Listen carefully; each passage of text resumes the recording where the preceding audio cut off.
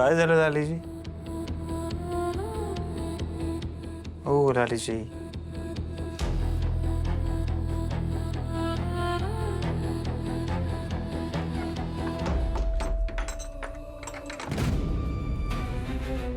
काय झालं घाबरायला?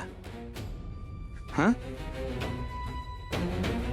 काल रात्री जे काही घडलंय त्याच्यामुळे भीती वाटते का तुम्हाला?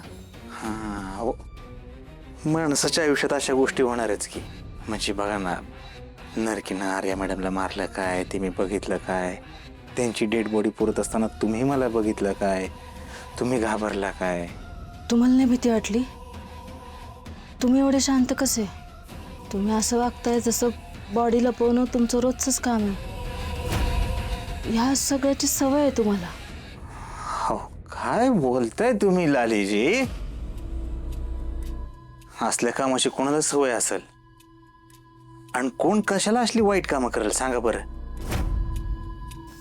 हा, तुम्हाला माहिती ना माझं मन किती हळवं आहे ते. मला तर ह्या गोष्टीचं टेन्शन येतं ते जामकर साहेबांना कसं वाटत असेल. त्यांना तर माहित बी नाही त्यांच्या बहिणीचं काय झालंय ते. मला असं वाटतं की माझ्यासारखं हळवं मन देवानं कोणालाच देऊ नये. एवढं तुमचं मन हळवं आहे, मग तरी तुम्हाला भीती कशी नाही वाटली? अहो, भीती कशी वाटत नाही म्हणजे? भीती वाटते की हो, मला बी भीती वाटते. पण माझ्या चेहऱ्यावर जर का तसं दिसलं तर घरच्यांना संशय नाही का यायचा? बरं घरच्यांचा सोडा, जामकर साहेबांना संशय आला तर मला किती त्रास देतील ते. खरं आहे तुमचं. पण आर्याताईंची बॉडी कुठे लपवली तुम्ही? हां, त्यांची डेड बॉडी लपवली. योग्य वेळ आली की तशी लावतो विल्हेवाट. अहो, मला ना भीती वाटते. बॉडीची नीट विल्हेवाट नाही लागली आणि तुम्ही सापडलात तर? एवढी भीती वाटते तुम्हाला? तुम्ही एक काम करा मग, सरळ गावच्या वेशीवर जा आणि तिथं सगळ्या गावाला ओरडून सांगा की आमच्या नवऱ्याने काय केलंय. त्यापेक्षा एक काम करा ना, जामकर साहेबाकडे जाऊन त्याला खरं काय ते सांगून टाका. काय बोलताय तुम्ही? काय बोलू मी? कवापासून सांगतो मी काय सुद्धा नाही केलं, काय सुद्धा नाही केलं, पुन्हा पुन्हा तीच बोलताय. आता बस, हा विषय परत नका काढू. या सगळ्यात तुमचाच हात आहे असं काय वाटतंय मला. खरं सांगा, तुम्हीच आर्याताईंसोबत काही चुकीचं नाही ना केलं? असं काही आहे का जे तुम्ही मला सांगितलं पाहिजे पण सांगत नाही आहात? अशी एक गोष्ट आहे जी मी तुम्हाला सांगायला पाहिजे पण सांगितले नाही. आर्या मॅडमचं माझ्यावर लय प्रेम होता.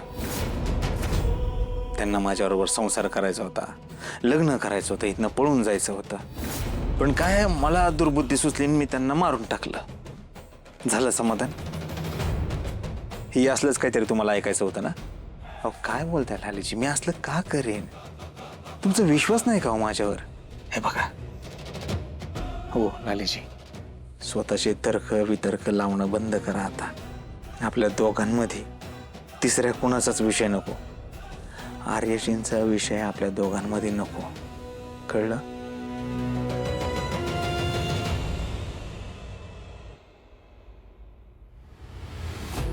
आधीच त्या बाईच्या नादी लागला नसतात तर एवढं सगळं घडलंच नसतं. सगळं चांगलं चाललेलं असताना नवऱ्यांना शेण खायची दुर्बुद्धी कुठून सुचते कुणास ठाऊक. पण जिथे मग मला तुमची लय काळजी वाटायला लागली राव.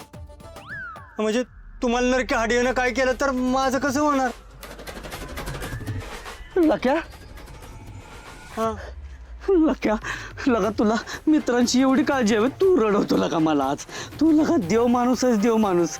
ए तुमची नाही काळजी मला. माझ्या उधारीचं पडलं, माझी उधारी कोण देणार? उदर उदर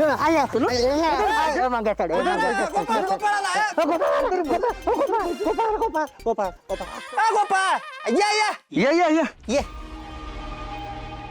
आता गोपाळ आलाय, स्पेशल चहा बनव लगेच. आणि काय रे गोपाळ, काल रातच्याला कुठं होता तू? अरे परा आप्पाचा फोन आम्हाला आला, आम्ही शोधलं की ते कुठं गावला नाही. कुठे गेलता? अरे ते दुकान बंद होतं इतके दिवस, त्या दुकानातलं सामान संपलं होतं, तर सामान आणायला तालुक्याला गेलो होतो. त्याच्यात झाला उशीर. म्हणलं आता रात्री घरी कसं सांगणार, काळजी वाटत त्यांना, म्हणून त्यांना बी काय सांगितलं नाही. म्हणून तुला फोन केला असेल त्यांनी. हा, बरोबर आहे ना. नाही म्हणजे गावात अशा घटना घडत चालल्यात घरातल्या टेन्शन मध्ये येणारच ना. कर काय चाललंय गावात? हरलं का गोपाळ, तुला सांगतो बिन ड्रायव्हरची गाडी अरे आमच्या अंगावर येत होती. आम्ही थोडक्यात वाचलो ना तर मेलोच असतो. आम्ही पाय जर होकला असता का. होय, बिन ड्रायव्हरची गाडी. हा. नाही पण तुमचा जीव वाचला, पण बाकीच्यांचं काय? आता त्या जामकरच्या बहिणीचं गोपाळ, हा? तुला काय वाटतंय ती कुठं असेल रे? मला काय माहिती रा का, पण मला काय वाटतंय बरं का, म्हणजे मी असाच विचार केला तर हा आर्या मॅडम घर सोडून पळून गेल्या असतील.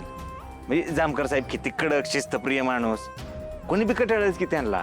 आणि अजून दुसरी बी काहीतरी गोष्ट असू शकते बरं का. पण जाऊ द्या, आपल्याला काय करायचंय, आपण कशाला दुसऱ्याच्या फंद्यात पाय घाला. हा दे ना विषय सोडून, मी हाय दुकानावर. हो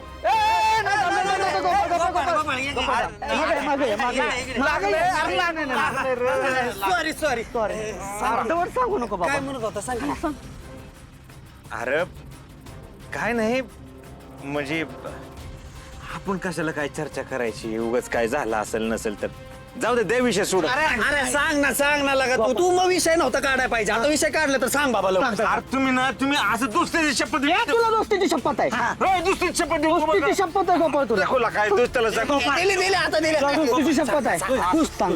दोस्ती शपथ कुणाला नाही सांगत, कुणाला नाही सांगत. बघा, कोणाला सांगायचं? नाही सांग. ते मी चौकात येतो का नाही, तेव्हा मला काही गोष्टी कानावर आल्या. काय म्हणजे कळल्या. ते आर्या मॅडम, ते जामकर साहेबांच्या घरी एक पोरग राहत होतं बघा, त्याचं नाव काय रे? सॉकेट साकेत